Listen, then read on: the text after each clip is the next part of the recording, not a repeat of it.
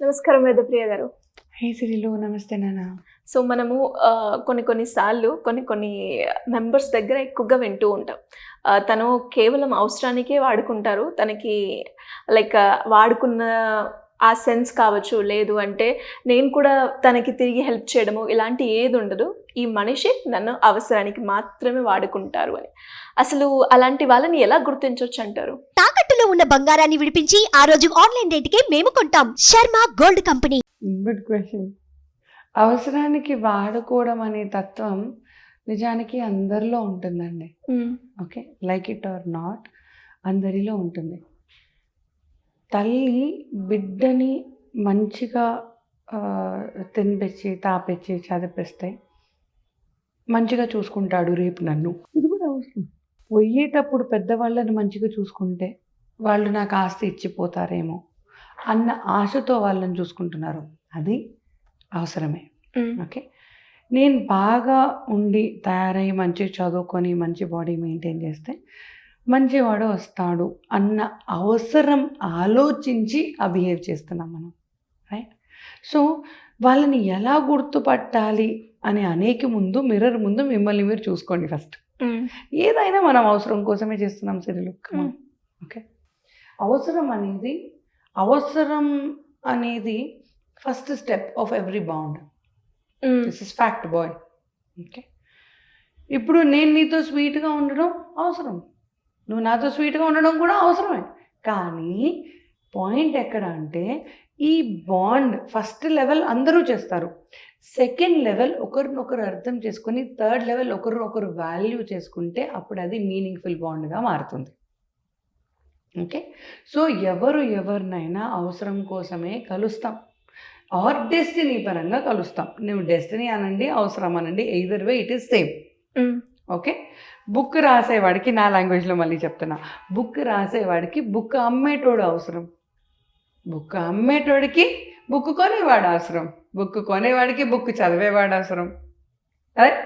So ఈ అవసరం అనేది లేకపోతే మనిషి లేడు, బిజినెస్ లేదు, బట్టలు లేవు, ఏది లేదు. రైట్? ఈ అవసరం ఉన్న వాళ్ళని ఎలా గుర్తుపట్టాలి అంటే ఇట్స్ వెరీ ఈజీ అండి. బాయ్ పరంగా, గర్ల్ పరంగా కొంచెం G రేటెడ్లోనే చెప్తాను. మీరు అండర్ 18 అయితే please leave the screen aside. Over 18 అయితే please SIT and listen. Okay, ఆడపిల్లలు అవసరం కోసమే ఉంటారు అంటే చీరలు కొనిచ్చేదాకా, నగలు కొనిచ్చేదాకా. ఓకే, హస్బెండ్ అయితే ఏమనుకోకండి, కానీ శాలరీ వచ్చిన రోజు ఒకలాగా, శాలరీ సరిపోదు అన్న రోజు ఇంకొకలాగా అవసరం చూపిస్తారు. Okay, the same way men అయితే, ఓపెన్లీ స్పీకింగ్, మెన్ అయితే ఒక అమ్మాయి ఎంబడి పడి, ఆ పిల్ల ఒప్పించుకునేదాకా ఎంబడి పడి, ఫైనలీ సెక్స్ చేసిన తర్వాత వాళ్ళ బిహేవియర్ మారిపోతుంది. ఆ తర్వాత నెక్స్ట్ ఆ అమ్మాయి నాకేం అవసరం వస్తుంది అన్న ఆలోచన వస్తుంది. ఫస్ట్ ఒక లెవెల్ ఆలోచన, ఫస్ట్ ఒక లెవెల్ అవసరం. Okay, when you are thinking like a boy, you just want have sex, nothing else. But after that on a second level, ఇప్పుడు ఒకటి తీరిపోయింది, ఎప్పుడు కావాలంటే అప్పుడు దొరుకుతుంది, నెక్స్ట్ ఆ అమ్మాయి నాకు ఎలా పనికి వస్తుంది. ఇది ఏ బాండ్లోనైనా ఉంటుంది, ఫ్రెండ్షిప్లో అనుకోండి, రిలేషన్షిప్లో అనుకోండి, సిచ్యువేషన్షిప్లో అనుకోండి, so on so fourth. Men think differently and women think differently. Men behave differently, women behave differently. తెలిసిందే. సో నేను చాలాసార్లు చూసాను ఏమంటే, ఫ్రెండ్షిప్లలో డబ్బులు వస్తాయి వాడి దగ్గర ఎక్కువ అన్నప్పుడు విమెన్ వాళ్ళతోని ఎక్కువగా రాసుకొని పూసుకొని తిరగడం కాలేజీలలో, ఆ తెలివి మీకు కనిపిస్తుంది చూడండి. ఓకే, కానీ సారీ టు టెల్ యూ అండి, మీరు వాళ్ళని ముంచుతుంటే వాళ్ళకి తెలియక కాదండి అబ్బాయిలు మీకు పైసలు పెట్టేది, అబ్బాయిలకి తెలుసు మీరు ముంచుతున్నారని, అయినా మీ మీద ఇష్టం కొద్దీ పెడుతున్నారు. ఓకే, ఆ వాల్యూ ఉంచుకోకుండా మళ్ళీ మళ్ళీ మళ్ళీ పుష్ చేసే వరకు మగపిల్లలకి వాళ్ళకి విసుగొచ్చేస్తుంది. ఈ అమ్మాయిలని ఎలా గుర్తుపట్టడం స్ట్రెయిట్ క్వశ్చన్. ఆల్వేస్ వాళ్ళ ఆలోచన అంటే వాళ్ళ బిహేవియర్ మనీ వచ్చినప్పుడు మీ దగ్గర ఒకలాగా ఉంటుంది, మనీ వచ్చేటి రోజు కాక మిగతా నెల మొత్తం ఒకలాగా ఉంటుంది. That is 1 point. Okay. Point number 2, పైసల కోసమే నీ దగ్గరకు వచ్చిన పిల్ల పైసల కోసం 10 దగ్గర వెళ్తుంది. You will easily prove about it. Okay, think about it అనట్లేదు, కంపేర్ అనట్లేదు, డైరెక్ట్ ప్రూవ్ అబౌట్ ఇట్ అంటున్నా. ఎందుకంటే వాళ్ళు పైసలతోనే బాండ్ పెట్టుకుంటారు, మీతోనైతే కాదు. ఓకే, అంటే అబద్ధాలు చెప్తూ ఉంటారు ఊరికి. ఎక్కడున్నావు అబద్ధం, ఏం చేస్తున్నావు అబద్ధం, ఎలా తిన్నావు, ఎవ్రీథింగ్ ఇస్ లై. అట్లాంటప్పుడు you can confirm. Okay, next, ఆడపిల్లలు మీతో మాట్లాడినప్పుడల్లా షాపింగ్ ఖర్చు ఒకటే మాట్లాడతారు. ఇంకొకటండి, ఇనిషియేట్ చేయకుండానే ఆడపిల్ల సెక్స్కి ఎస్ అన్నది అంటే అది సెక్స్ డ్రైవ్ ఎక్కువ ఉంటే ఓకే, లిబిడో ఎక్కువ ఉంటే okay, which is 1% of the case. 90% of the case she just want something from you. ఆడపిల్ల తనకు తానుగా ఎస్ అనడం చాలా తక్కువ అండి, అన్లెస్ అంటిల్ తన లిబిడో హై ఉంటే తప్ప. మళ్ళీ చెప్తున్నాను, లిబిడో హై ఉన్న పిల్లలని నేను తప్పు పట్టట్లేదు. కానీ లిబిడో హై ఉన్నా లేకపోయినా, అంటే తనకి ఇంట్రెస్ట్ ఉన్నా లేకపోయినా తనకు తానుగా సెక్స్ చేస్తుంది, సెక్స్కి ఓకే అంటుంది అంటే నీతో ఏదో అవసరం ఉంది. ఆ అవసరం బేసికలీ ఫిజికల్ నీడ్స్ కంటే ఎక్కువ ఫినాన్షియల్ నీడ్స్ అని అర్థం. ఓకే, ఇంకొకటి, the same way the other side. Okay, మగవాడు మాత్రం అవసరం అంటే ఫస్ట్ బాడీ వాడికి, లేదు మనీ ఏ లెవెల్లో అవసరం అయి ఉంటే he will be in a relationship with extremely different person. అంటే ఆ మనిషికి ఈ మనిషి ఏం తల తెలియదు, తోక తెలియదు, ఏం తెలియదు, కానీ ఆ మనిషితోని ఈయన సెక్స్ చేయడానికి ఓకే. ఓకే, ఇది కూడా 100% మీరు క్లారిటీ ఉంటుంది. ఎందుకంటే ఒకవేళ ఆ అమ్మాయి మీరైతే ఆ అబ్బాయిని ఎలా గుర్తుపట్టాలి అంటే అవసరం కోసం వచ్చాడు అని, హీ విల్ ప్రతి much speak about money if at all is coming for the money.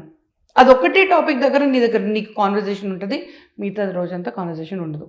Number 2, me body వాడడానికే వచ్చిన వాడైతే ఛాన్స్ దొరికినప్పుడు 2 minutes బాడీ వాడతాడు, మిగతా రోజంతా మీతో మాట్లాడడానికి కూడా అనుకోడు. ఓకే, సో ఈ 2 points దగ్గర మీరు కొంచెం చోకన్నా ఉండండి. నా ఈ అవసరం ఉన్న వాళ్ళతోని ఎలా గుర్తుపట్టాలి, నా థర్డ్ పార్టీ చెప్తాను. అంటే ఒక పేరెంట్ కానీ లేదా ఒక గ్రాండ్ పేరెంట్ కానీ. ఇప్పుడు 2 కేసెస్ చెప్తాను. ఒక కేసులో అమ్మాయి వయసు పెరిగిపోతుంది, పెళ్లి చేసుకోవట్లేదు, డిప్రెషన్లోకి పోతుంది. ఏమైంది అని అడిగితే ఏంటినో వాళ్ళ మదర్ తనని పెళ్లి చేసుకొనివ్వట్లేదు. ఎందుకంటే ఇంట్లో ఒక హ్యాండిక్యాప్ తమ్ముడు ఉన్నాడు, తను ఒక ప్రొఫెసర్, షీఈ్ మై బడీ. నువ్వు పని చేస్తే ఇంట్లో ఎలా గడుస్తుంది, అవసరం. సో ఆ అవసరం కూడా మితంగా ఉండరాదు, విషంగా మారరాదు. ఓకే, ఇంకొకటి, దర్ ఇస్ అనదర్ కేస్, మొన్న ఈవినింగ్ చూసాను, ఈ వీకెండ్లో. ఆ కేసులో హాస్పిటల్లో వాట్ వాజ్ ద కేసెస్, పెద్ద ఆవిడ తన కోసం ఆయన వేరే ఊరు వచ్చి ఉంటున్నారు, ఆయన భార్య పిల్లలు వేరే ఊర్లో ఉంటున్నారు, and grand mother is okay about it. How do you think it is okay? తను ఇంకొక 10 ఏళ్ళు బతుకుతారు, 20 ఏళ్ళు బతుకుతారు, గాడ్ బ్లెస్ హర్ సోల్. ఆ 20 ఏళ్ళు బిడ్డ ఇక్కడే ఉంటాడా, పిల్లం బిడ్డలను వదిలిపెట్టుకొని, ఇంత చిన్న చిన్న పిల్లల్ని వదిలిపెట్టుకొని? సో ఈ అవసరం అనేది, వాళ్ళు ఎవరైనా అవసరం కోసమే ఒకరికొకరితో ఉంటారండి, అదైతే frankly speaking, I'm repeating it again. కానీ ఆ అవసరం కోసము వాళ్ళు మన నెత్తి మీద కూర్చున్నా, మనం వాళ్ళ నెత్తి మీద కూర్చున్నా, దట్ ఈస్ రాంగ్. చిన్న గీత పక్కన పెద్ద గీత గీయడమే.